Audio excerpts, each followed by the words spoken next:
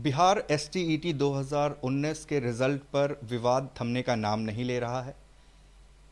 इस परीक्षा के घोषणा के बाद से लेकर रिजल्ट तक तमाम ऐसे घटनाक्रम हुए जिसको लेकर अभ्यर्थियों में नाराज़गी रही।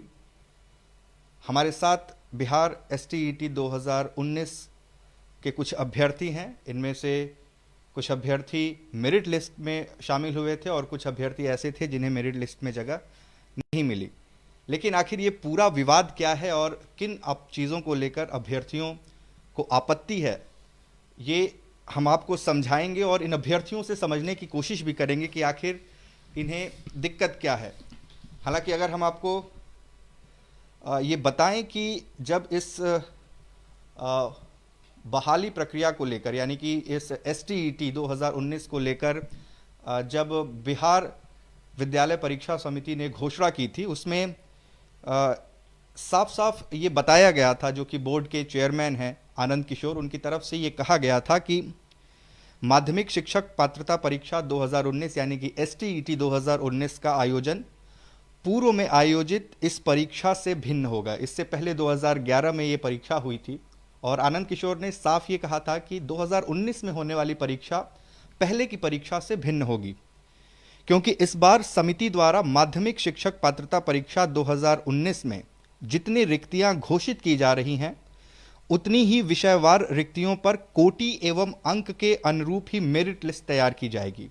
यानी कि आनंद किशोर ने इस परीक्षा की घोषणा के साथ ही ये बताया था कि जितनी रिक्तियां हैं, यानी कि जितनी वैकेंसी है, उसी के अनुपात में, उसी के बराबर नंबर में जो कैंडिडेट हैं उनकी एक मेरिट लिस्ट घोषित की जाएगी, जो कि कोटि एवं अंक के अनुरूप होगी।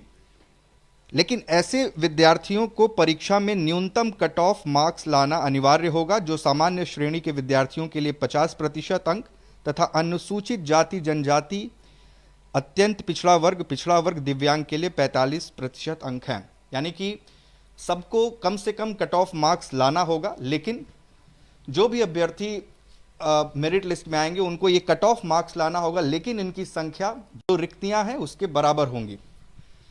इसके बाद इस वैकेंसी को, इस परीक्षा को लेकर एक विज्ञापन जारी किया गया और उस विज्ञापन में भी ये साफ तौर पर लिखा गया कि विषयवार एवं कोटिवार पद का विवरण उपलब्ध कराए जाने के बाद कुल पद के बराबर अभ्यर्थियों का विषयवार एवं कोटिवार मेधा सूची तैयार की जाएगी और तदनुसार प्रमाण पत्र निर्गत किए जाएंगे। यानी कि जब ये परीक्षा होगी उसके बाद रिजल्ट बनाया जाएगा, जितनी वैकेंसी है उस वैकेंसी के अनुरूप एक मेरिट लिस्ट तैयार होगी और उसी के अनुसार सर्टिफिकेट बांटे जाएंगे।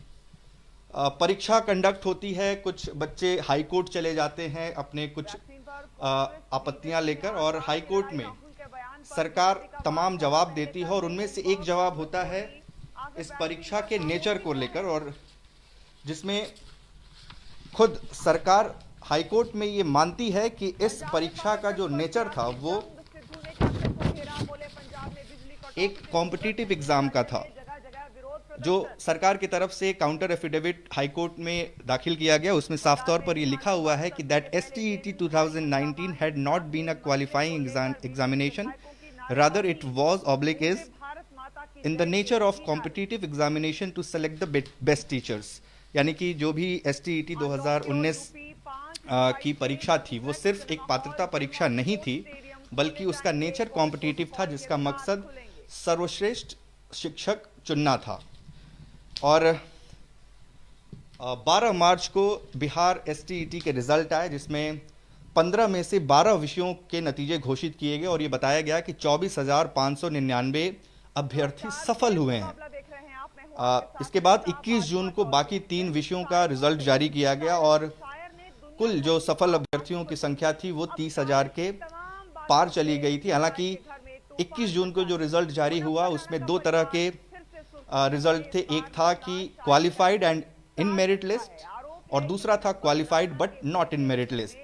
अब उसको लेकर जो अभ्यर्थी 12 जून को क्वालिफाई हुए थे उनमें से बहुत सारे कैंडिडेट्स को मेरिट लिस्ट से बाहर किया गया, जिसको लेकर मेरिट लिस्ट से बाहर हुए अभ्यर्थियों ने हंगामा किया। सरकार ने एक कमेटी बनाई और उस कमेटी ने यह निर्णय लिया कि एसटीईटी 2019 पास सभी अभ्यर्थियों को 7वें चरण या उसके बाद होने वाली बहाली के चरण में बराबर का मौका मिलेगा। और फिर सरकार ने उन 80,000 से ज़्यादा कैंडिडेट्स के नंबर सार्वजनिक किए और बताया कि एसटीईटी 2019 की परीक्षा में भले ही 7वें चरण की बहाली में 37,000 ही रिक्त पद हैं, लेकिन जो अभ्यर्थी सफल हुए हैं वो 80,000 से ज़्यादा हुए हैं। चूँकि अब हमारे साथ वो दोनों तरह के कैंडिडेट्स हैं जो कि इस बहाली प्रक्रिया में मेरिट लिस्ट में भी शामिल हुए और कुछ को मेरिट लिस्ट से बाहर रखा गया। हालांकि अब मेरिट लिस्ट और नॉन मेरिट लिस्ट का कोई मतलब नहीं रह गया, क्योंकि सरकार के मुताबिक अब 80,000 अभ्यर्थी एक साथ इस बहाली प्रक्रिया में भाग ले सकेंगे। हमारे साथ आलोक जी हैं, आप एसटीईटी 2019 में मेरिट लिस्ट में शामिल हुए, तो ये बताइए कि आपत्ति क्या है, क्योंकि आप लोगों को आपत्ति जो थी, मतलब जो नॉन मेरिट थी उनको जो आपत्ति थी, उसके बाद तो अब मेरिट नॉन मेरिट का हटा दिया गया। आप लोगों को अब क्या आपत्ति है? देखिए, आपत्ति हमारी ये है कि विज्ञापन में स्पष्ट रूप से वर्णित था कि जितनी सीटें हैं 37,440 उतने ही लोगों का रिजल्ट जारी किया जाएगा। और जब ये स्पष्ट विज्ञापन में वर्णित था, सरकार ने खुद बताया भी 21 जून को कि 30,676 लोगों का मेरिट में चयन हुआ है और इतने लोग मेरिट लिस्ट में आए हैं। फिर एकाएक जो नॉट इन मेरिट लिस्ट वाले लड़के हैं उनके दबाव में आकर सरकार ने इस मेरिट लिस्ट की बात को ही खत्म कर दिया और कह दिया कि सीधे कि यह एक पात्रता परीक्षा केवल रह गई है, इसलिए जितने भी 50% मिनिमम कट ऑफ के जो पार लोग होंगे वो सब लोग को इक्वल कर दिया गया और वो अगले चरण में जाके अप्लाई करेंगे नियोजन इकाइयों में। जबकि हम लोग का कहना यह था कि जब विज्ञापन आपने निकाला, आपने स्पष्ट रूप से ये बात बता दिया था कि जितनी सीटें हैं उतना ही रिजल्ट निकाला जाएगा और उसके बाद वही अभ्यर्थी आगे की प्रोसेस में, चाहे वो जैसे जाए, वो नियोजन इकाई के थ्रू जाए, चाहे ऑनलाइन सेंट्रलाइज जाए, आगे की प्रोसेस में वो ऐसे जाएंगे। लेकिन ये स्पष्ट था विज्ञापन में कि जितनी सीटें हैं रिजल्ट उतना ही देना है। तो जब जितनी सीटें हैं रिजल्ट उतना दे दिया गया और हम मेरिट में चयनित हो गए, तो फिर मेरिट लिस्ट को खत्म कर देना क्या बिहार के प्रतिभा के साथ कुठाराघात नहीं होगा? ये राहुल हमारे साथ हैं, आप मेरिट लिस्ट में नहीं शामिल हो पाए, अब तो मेरिट नॉन मेरिट खत्म कर दिया गया है, क्या आप लोग इससे संतुष्ट हैं? सर, हम तो संतुष्ट हो गए, लेकिन मुझे ये बात पूछना था कि जब ये 12 तारीख को रिजल्ट आया, 12 मार्च को रिजल्ट आया, तो वहाँ पे लिखा हुआ था 24,599 उत्तीर्ण हुए हैं, ठीक है? वहाँ मेरिट और नॉट मेरिट की बात ही नहीं हुई। और हमारे जो 21 तारीख को आया है, 21 तारीख में वहाँ पर एक कॉलम आता है, उस कॉलम में लिखा होता है in merit but not in merit list. तो मुझे ये समझ में नहीं आता है कि मंत्री जी, शिक्षा मंत्री जो हैं या फिर जो भी हैं प्रधान सचिव हैं, उनको ये नहीं पता है कि उत्तीर्ण क्या होता है और मेधा अंक क्या होता है। जब मुझे आपने उत्तीर्ण लिस्ट बना ही दिया है 12 तारीख को और हम लोगों को उत्तीर्ण घोषित कर दिया, क्योंकि आपने उस दिन बोला था जितने भी उत्तीर्ण हुए हैं उनकी नौकरी पक्की, तो फिर ये इतने 80,000 सीट कहाँ से आ गए? 80,000 सीट कहाँ से आ गए? अब फिर इसमें से आपने मेरिट और नॉट मेरिट। आलोक श्रीवास्तव जी तो ये आरोप लगा रहे हैं ना कि आप लोगों ने ये इतना प्रदर्शन किया, आप लोगों के दबाव में आकर सरकार ने मेरिट नॉन मेरिट ही खत्म कर दिया। सर, मैंने आरोप कब लगाया है? आरोप लगाया ये जब रिजल्ट घोषणा हुआ 22 से या 23 के बीच में मैंने दबाव बनाना शुरू किया। लेकिन सरकार तो 22 तारीख को शाम को ही अनुशंसा कमेटी बैठा के इन्होंने वापस ले लिया है। यानी सरकार की मंशा नहीं थी, या सरकार चाहती थी कि इसको बैकडोर से किसी को घुसाया जाए, और ये इसमें ये मेरिट और नॉट मेरिट का ये ड्रामा शुरू कर दिया इन्होंने। सरकार की मंशा ही नहीं थी कि अगर सरकार की मंशा है तो 12 तारीख को ही ये पब्लिश क्यों नहीं किया गया कि जो उत्तीर्ण संख्या इतनी है और उत्तीर्ण संख्या में से मेरिट इतना हमने बनाया है, उस दिन क्यों नहीं घोषणा किया गया? यानी कहीं ना कहीं तो आप बैकडोर से किसी की एंट्री करवा रहे थे। आपको लगता है कि 12 तारीख को जो रिजल्ट जारी हुआ उसमें सरकार ये बोलना भूल गई कि जो 24,599 अभ्यर्थी हैं ये मेरिट लिस्ट में, और बाकी इनके अलावा भी हजारों कैंडिडेट हैं जो नॉन मेरिट हैं? तो सर, हम कैसे मान ले कि वो भूल गए? अगर जो हम सपोज दैट मान भी लेते कि वो सर भूल गए हैं वो बात, तो हमने सोशल मीडिया के माध्यम से अपर सचिव जो संजय कुमार हैं उनको मैंने ट्वीट किया, हमारे साथी लोगों ने ट्वीट किया, क्या क्वालिफाइड जितने हुए उनकी नौकरी पक्की समझी जाए? वो कहते हैं यस। क्या वो एक पद पर बैठे हुए उनको पता नहीं है कि क्वालिफाइड है या मेरिट लिस्ट में है? उनको बोलना चाहिए ना, नहीं अभी नहीं होगी, बाद में मेरिट लिस्ट निकलेगा तब हम जाके आपको बताएंगे।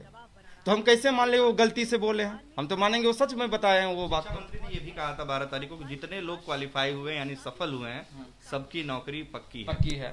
तो हम कैसे मान लो, यही चीज तो हम भी कहना चाहते हैं कि 12 तारीख को जब हमको सफल आप घोषित किए हैं और हमारी नौकरी पक्की कहें, तो आप मैं कैसे बात आपकी मान लूं कि मेरिट और नॉट मेरिट का ड्रामा, इसका ड्रामा, ये आप ड्रामा कर रहे हैं। हम तो यही कहेंगे आप जानबूझ के लड़ाना चाह रहे हैं कि आपस में लड़े और इसी बहाली को फंसाए।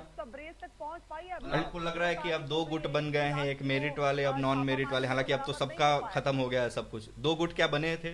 लेकिन सर वो विज्ञापन को फॉलो नहीं कर रहे हैं, वो जानबूझ के विज्ञापन से बाहर निकल के हम लोगों को आपस में लड़ा रहे हैं। अगर विज्ञापन पे हम चलते हैं तो विज्ञापन में 12 तारीख को जो घोषणा की गई उस पर आकर उसके अनुसार हम लोगों की नियुक्ति करवाएं, या हम लोगों के नियोजन भेजना नियोजन भेजें।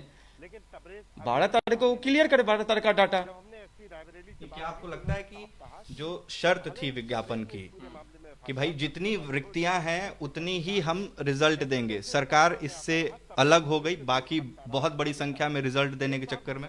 बिल्कुल बिल्कुल, ये हमारी जो सोच है या फिर सरकार जो सोच रही है वो इनके सोचने में बहुत सारे अंतर हैं कि वो विज्ञापन से बाहर जा रहे हैं और विज्ञापन से बाहर जाके बैक डोर से बहुत सारी सीटों को उन्होंने भरने का काम किया है। क्योंकि अगर सच्चाई उनकी अगर मंशा होती है कि लेना अगर चाहते कि बहाली को पूरा किया जाए तो 12 तारीख को जो रिजल्ट उन्होंने प्रकाशित किया था उसको ओपनली वो रखते इस चीज को कि मैंने इतना रिजल्ट दिया है, इसमें से मेरिट लिस्ट 24,599 बना है। लेकिन ऐसा तो उन्होंने कुछ कहा ही नहीं और उन्होंने बोला जितने उत्तीर्ण हो उनकी नौकरी पक्की।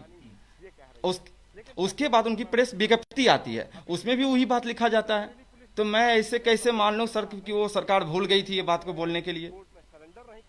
भूल एक बार हो सकती है, गलती से एक बार बोला जा सकता है, लेकिन आप उसके बाद अपर सचिव संजय कुमार भी सोशल मीडिया के माध्यम से वो बता रहे हैं कि नहीं आप जो क्वालिफाइड के तो आपकी नौकरी पक्की। तो हम इस आलोक आनंद है हमारे साथ। आपको लगता है कि सरकार में मंत्री या फिर जो अपर मुख्य सचिव या जो भी बिहार बोर्ड के चेयरमैन थे इन लोगों को आइडिया ही नहीं था कि हो क्या रहा है, किसका कितना आंकड़ा है नहीं है, कितने को पास कराना है नहीं कराना? क्योंकि जो राहुल बात बोल रहे हैं कि गलती एक बार हो सकती है। मान लीजिए अगर शिक्षा मंत्री ने ये कहा कि भाई इतने लोग सफल हुए बल्कि वो मेरिट लिस्ट में थे और लेकिन बाद में फिर विज्ञप्ति जारी की गई, फिर रिजल्ट जारी किया गया, आपको क्या लग रहा है इस पूरे मामले में? देखिए उत्कर्ष जी, मैं ये कहना चाहूँगा कि ऐसा नहीं है कि इनको ये सारी बातों से ये अवगत नहीं थे, ये सभी लोग अवगत थे। क्योंकि आप उस दिन का न्यूज़पेपर आप जब देखेंगे तो आप देखेंगे कि न्यूज़पेपर में सबसे हेडलाइन में लिखा हुआ था और सब बिल्कुल पॉजिटिव वे में सब बोल रहे थे कि हाँ ठीक है जितने लोग क्वालिफाई किए हैं वो सभी अभ्यर्थी जो हैं नौकरी उनकी पक्की होगी, ठीक है। तो ऐसा उसके बाद फिर जैसा कि बताया राहुल जी ने अभी कि फिर ट्वीट के माध्यम से भी काफ़ी छात्र संजय सर से पूछे तो उन्होंने भी यस कहा, मतलब सब तरफ से ये था। लेकिन अचानक जो है ये रिजल्ट जिस दिन 21 जून के नहीं सॉरी ये जो 3 विषय का जो रिजल्ट जिस दिन हाँ इस रिजल्ट के आने तक और ये जो बीच में जो गैप हुआ इस गैप में मुझे ऐसा लगता है कि कुछ ना कुछ बहुत बड़ी धांधली हुई है जिसकी वजह से आप डेटा भी देखेंगे तो डेटा में भी बहुत ज़्यादा डिफरेंसेस हैं, ठीक है। तो ऐसा कुछ नहीं है कि उन्हें अवेयर नहीं है, उन्हें सारी बातों से वो अवगत है। बट कहीं ना कहीं मुझे लगता है कि इसको राजनीतिकरण किया जा रहा है इस बहाली को, जो कि बहुत ही गलत है। क्योंकि देखिए शिक्षा मंत्री एनसीटी का हवाला देते हैं तो जब एनसीटी में लिखा हुआ है कि हर 40 बच्चे पर एक शिक्षक होना चाहिए और ये गुड मैनर्स के में अगर आप देखें तो एक बहुत ही ज़रूरी चीज़ है। लेकिन आप देखें कि हमारे बिहार में जहाँ तक मैंने डेटा देखा है 3.5 से 4 लाख तक जो है कि वैकेंसीज खाली हैं। ऐसे में आप बिहार के विकास की बात बिल्कुल नहीं कर सकते हैं। अगर आप शिक्षा और स्कूल को कर विकास नहीं करेंगे तो फिर आप क्यों बिहार को मतलब बिहार विकसित नहीं हो सकता। मेरिट लिस्ट को लेकर भी बहुत सारी बातें की जा रही है। अब जैसे मुझे ये बार बार अलग अलग लोगों ने भेज रहे हैं ये कि मेरिट लिस्ट में सेम कैटेगरी में सेम सब्जेक्ट में कम नंबर पाने वाले को मेरिट लिस्ट में जगह मिली है और ज़्यादा नंबर पाने वाले को मेरिट लिस्ट में जगह नहीं मिली है। ऐसा क्या आपके संज्ञान में आया? क्योंकि मुझे जो भेजा जा रहा है इसमें तो ऐसा साफ तौर पर दिख रहा है, इसके पीछे आपको क्या लगता है वजह? देखिए ये मेरिट और नॉन मेरिट का जो इन्होंने खेल खेला हम लोगों के साथ, ये इस पे और भी ज़्यादा शंका इसलिए उत्पन्न हो जाता है कि चलिए ठीक है मान लीजिए लाखों छात्रों के बीच में एक कोई अगर रिजल्ट में कुछ गड़बड़ी हो जाती है तो उसको लोग नज़रअंदाज कर देते हैं। लेकिन आप देखेंगे कि एक साउथ की हीरोइन का भी इसमें देखा गया। और ऐसे ऐसे बहुत से डेटा हैं जिसको कि आप देखकर आप समझ सकते हैं कि बहुत बड़ी धांधली हुई है। और इसका मुझे लगता है कि इसको बहुत सीबीआई जांच करवा देना चाहिए, तभी ये सही तरीके से इस बहाली को पूर्ण होगा। आलोक श्रीवास्तव जी, ये बताइए कि सरकार तो कह रही है कि भाई जो क्वालिफाइंग मार्क्स लाया है उसको तो हम क्वालिफाई बताएंगे ही, कट ऑफ मार्क्स तो हम बताएंगे ही। आपत्ति क्या है इसमें आप लोग? सबसे पहले हम बता दें कि आखिर ये पूरा प्रकरण है क्या। ये पूरा प्रकरण ये है कि पहले बताया गया था कि जितनी सीट है रिजल्ट उतना ही देना है। सरकार ने 12 मार्च को सिर्फ घोषणा ये कर दिया कि 24,599 अभ्यर्थी ही क्वालिफाइड हैं और वही लोग मेरिट में है। ये जो शब्द सरकार ने यूज कर दिया कि यही लोग मेरिट है, ये गलत हो गया। उससे सिर्फ बताया कि इतने लोग क्वालिफाइड ही किए हैं। उनको ये बोलना चाहिए था कि इतने लोग मेरिट में है, क्वालिफाइड की संख्या ज्ञात नहीं है। बस एक ये मिसकम्युनिकेशन हुआ और उसके बाद सभी लोगों ने आरटीआई किया। इस संदर्भ में सबको डाउट हो रहा था, ऐसा नहीं कि डाउट नहीं हो रहा था। आप जिससे पूछो 10 में से 8 अभ्यर्थी बोलेगा कि हमारा रिजल्ट आया है। हम लोग सोच में पड़ते थे कि कैसे आ गया। हम लोगों ने इसके संदर्भ में आरटीआई किया तो आरटीआई से बोला गया कोई डाटा उपलब्ध नहीं है। फिर उसके बाद हम लोगों ने अधिकारियों से संपर्क किया, बोर्ड के अधिकारियों से। उन्होंने भी बोला कि नहीं, जितना सीट है रिजल्ट उतना है, सीट से ज्यादा एक भी रिजल्ट नहीं हो सकता है। तो सवाल ये उठता है कि बोर्ड ने एक जो मिसकम्युनिकेशन किया 12 मार्च को, उस गलती को एहसास उन लोग को हुआ और इसी कारण से जब 21 मार्च को उन्होंने रिजल्ट घोषित किया तो उन्होंने वो जो चीज छोड़ दिए थे कि विज्ञापन के अकॉर्डिंग उनको देना था कि कौन मेरिट में है या नहीं है, उन चीजों को उन्होंने अपनी गलती को सुधारा है 21 जून को रिजल्ट में। और गलती सुधार के उन्होंने बताया कि विज्ञापन में तो ये दिया है कि जितनी वैकेंसी है उतना ही उतने लोगों को पास ही कराना है। तो मिनिमम कटअप तो उनको कट ऑफ से ज्यादा नंबर होना चाहिए। मिनिमम कटअप 50% है, उससे ऊपर मान लीजिए 80,000 लोग हैं। एक हम एग्जांपल देते हैं आपको, तो 80,000 तो वैकेंसी नहीं है, वैकेंसी तो 37,000 ही है। तो वो ऊपर की मेरिट से लेंगे, ऊपर में जो हाईएस्ट मार्क्स होगा उससे लाएंगे और 37,000 जहां पे खत्म होगा उसके जो नीचे होंगे वो क्वालिफाइड तो होंगे लेकिन वो मेरिट लिस्ट में नहीं होंगे। तो सरकार ने एक मिसकम्युनिकेशन जो किया था प्रेस कॉन्फ्रेंस में 12 मार्च को, उसको सही करते हुए 21 जून को ये बता दिया कि कितने लोग एग्जैक्टली मेरिट में आ रहे हैं। तो पता चला कि 37,000 सीटों के लिए 30,676 लोग जो है वो मेरिट में आ रहे थे। लेकिन उसके बाद अब देखिए नॉन मेरिट वालों की संख्या कितनी थी, 50,000 जो नॉन मेरिट में थे। ये संख्या तो ये अब बताए हैं, वो भी तब जब इतना हंगामा हुआ तब बताए हैं। अब ये 50,000 अभ्यर्थी जिनको 3 महीने से सपना दिखाया गया कि सिर्फ आप ही क्वालिफाइड है और आप ही मेरिट में हैं, उनके सपने टूटे और वो सड़क पर जब उतरे, आनंद फानंद में सरकार ने कमेटी बनाया और सिर्फ अपनी एक प्रेस विज्ञप्ति की गलती को सुधारने के लिए मेरिट नॉन मेरिट सारे बट को खत्म कर दिया। क्या सरकार मेरिट?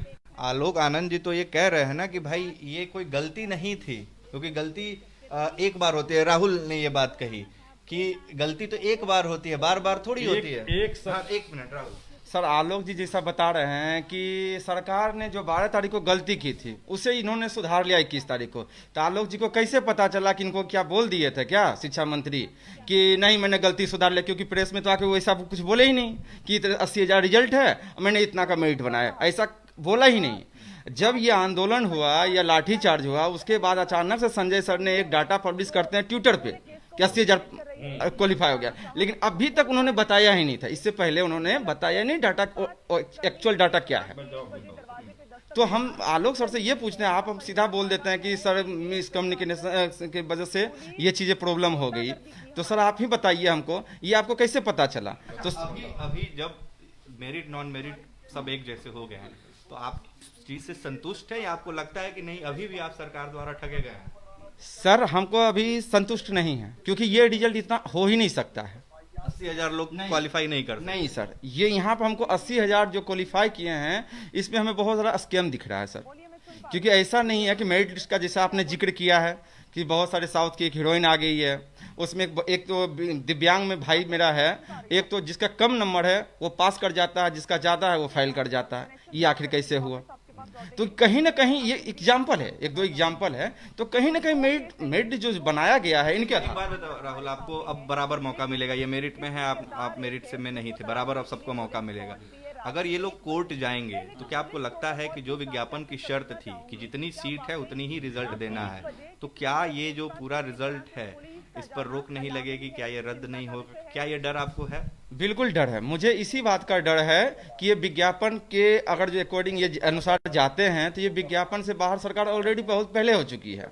तो अगर जो बाहर हो चुकी है तो मुझे ये डर सता रहा है ये कहीं बहाली रद्द ना हो जाए, या बाहर सरकार इस बहाली को लटका के 5 साल 10 साल पता नहीं कितने सालों के लिए वो लटका देगी। तो हमारा भविष्य हमको दिख रहा अंधकार में दिख रहा है। तो हमें यही है कि इसका सरकार निष्कर्ष निकाले कैसे होगा। अगर आपने 80,000 का रिजल्ट दिया है तो अब इसकी नियुक्ति कैसे करवाएगी आप समझिए।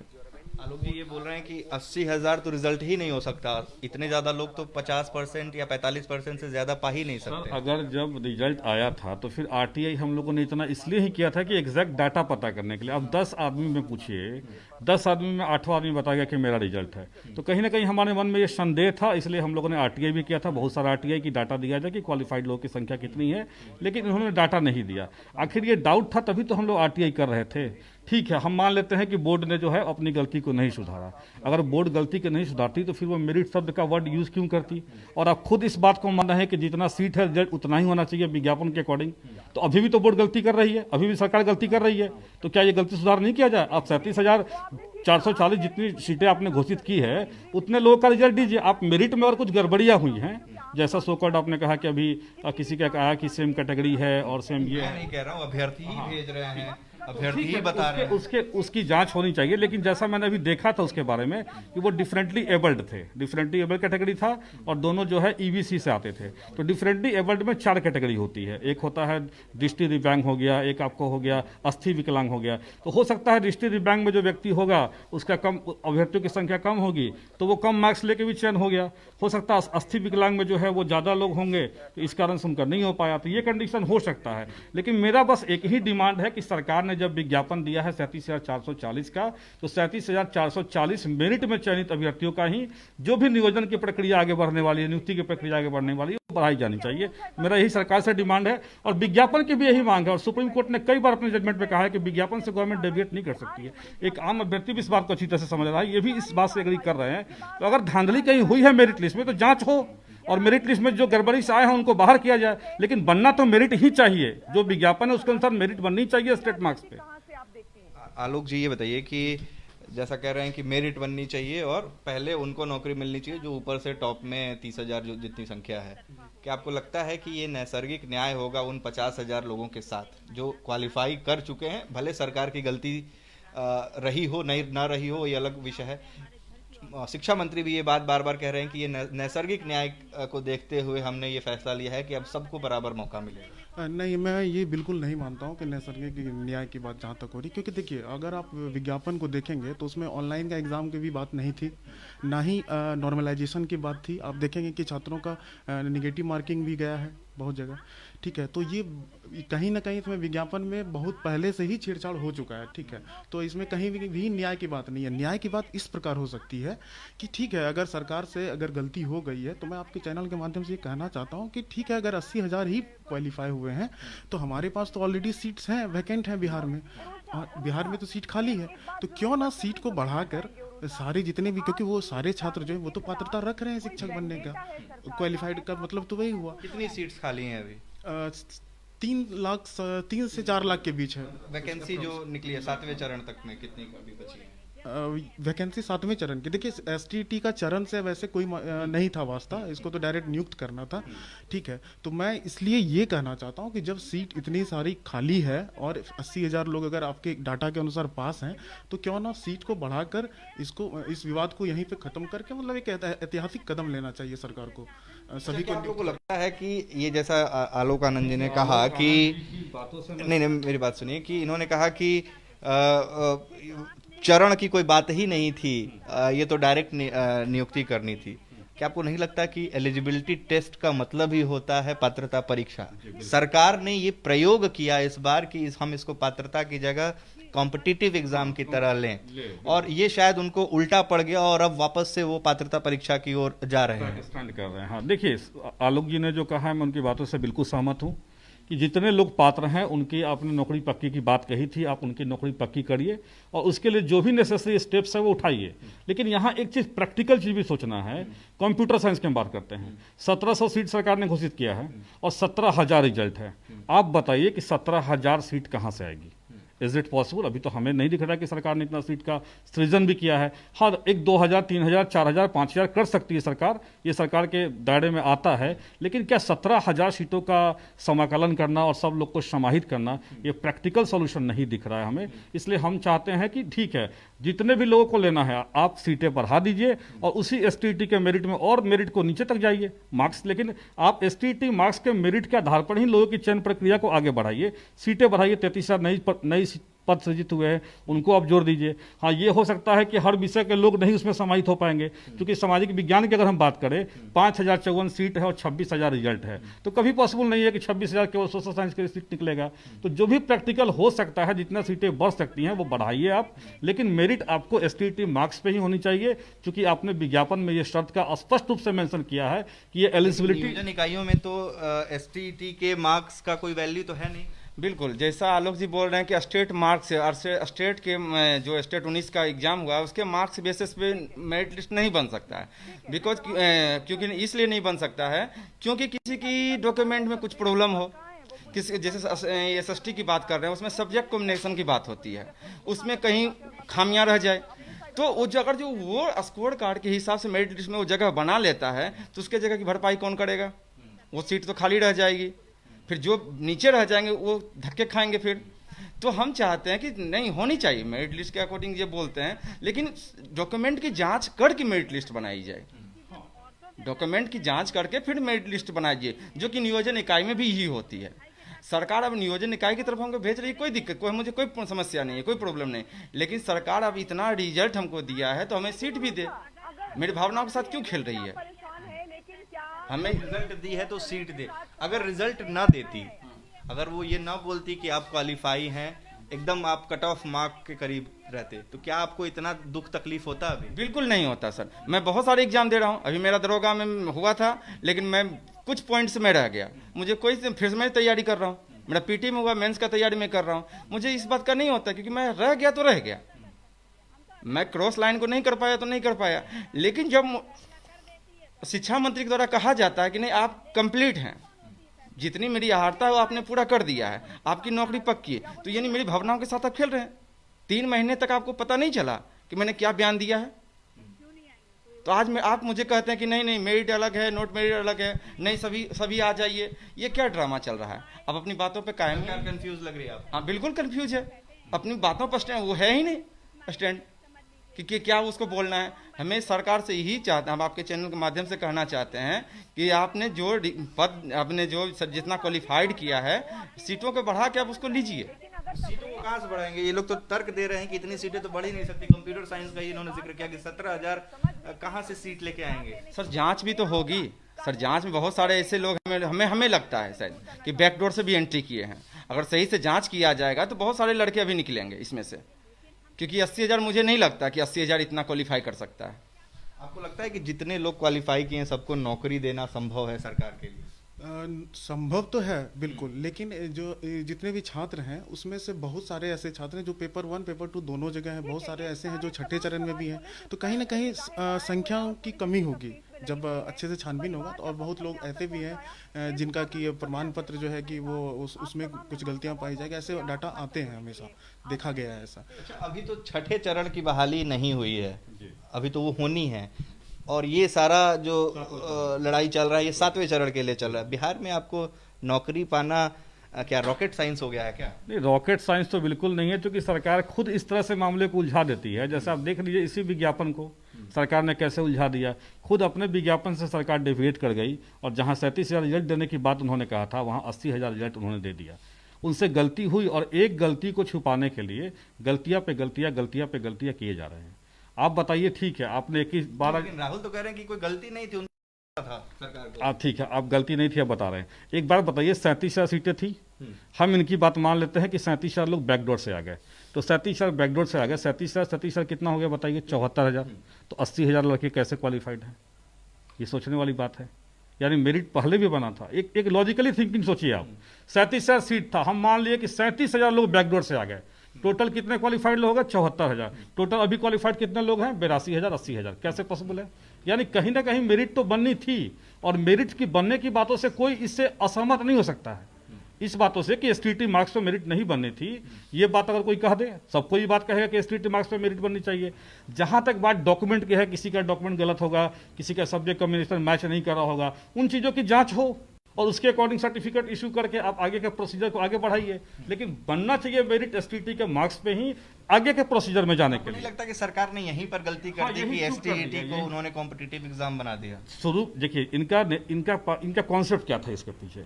2011 में ये लोग लेते थे एसटीईटी, उसमें क्या था कि ये लोग मिनिमम कटअप रख दिए 60 और 55, ऊपर से क्वालिफाई लोगों की संख्या हो जाएगी 70,000 80,000।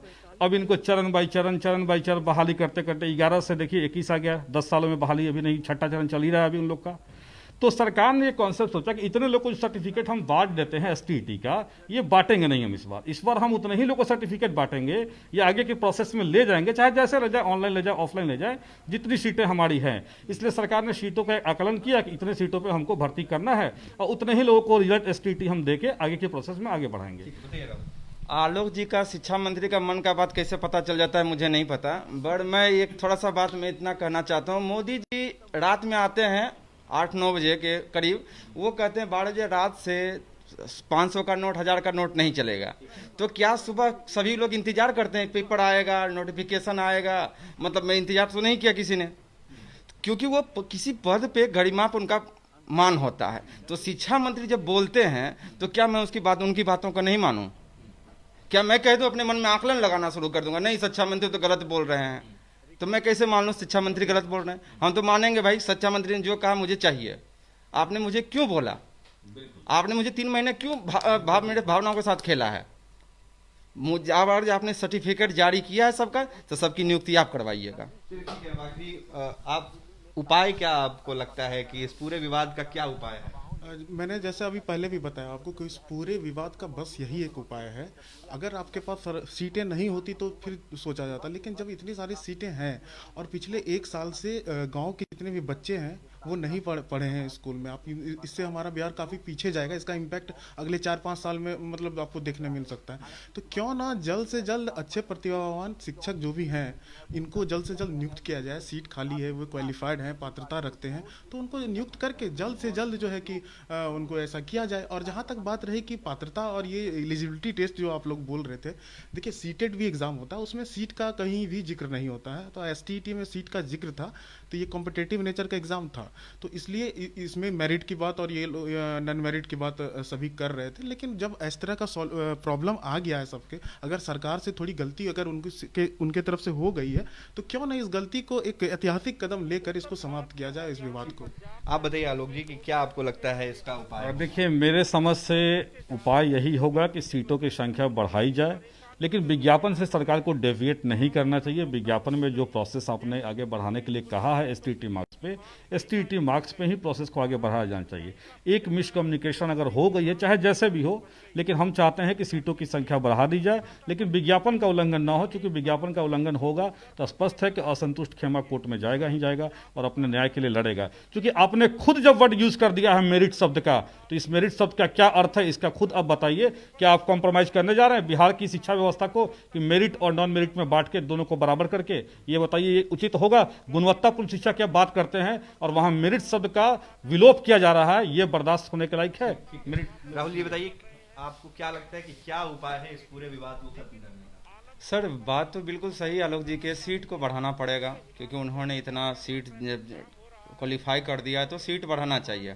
और सबको मतलब जितना उन्होंने कहा है कि सबको नियुक्ति होगी, सबको नियुक्ति करने की सरकार कोशिश करे, भड़ियक प्रयास करे कि जहाँ तक हो सके सभी को नियुक्ति देने की कोशिश करे। और हम यही चाहेंगे कि न्यायालय में जाने से कुछ नहीं होने वाला है। और ये जो इस बच्चे जो गरीबी से गुजर रहा है उसका एक एक दिन कैसे कटता है वो बच्चा से पूछिए। सर आप कोर्ट में चले जाइएगा, आप केस लेके चले जाइएगा, हम दोनों खेमा लड़ रहे हैं, आप कोर्ट में चले, उस बच्चे की क्या गलती है जो मुश्किल से कितना संघर्ष करके वो पास किया है और नौकरी के आस में बैठा हुआ है।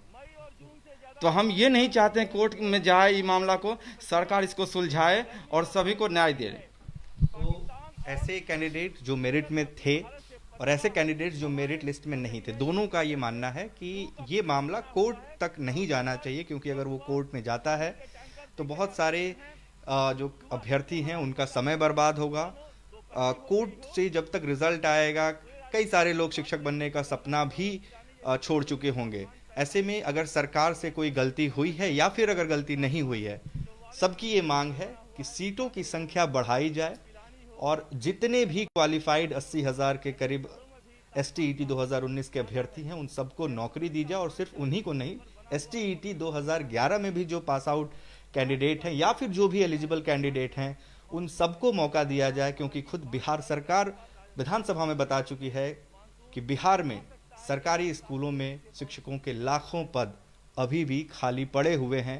तो अब ये सरकार को देखना है कि इन अभ्यर्थियों को किस तरीके से उन स्कूलों में भेजा जाए जहां पर बिहार का जो भविष्य है वो तैयार हो रहा है। हमारे सहयोगी आनंद कुमार के साथ उत्कर्ष कुमार सिंह, बिहार तक, पटना।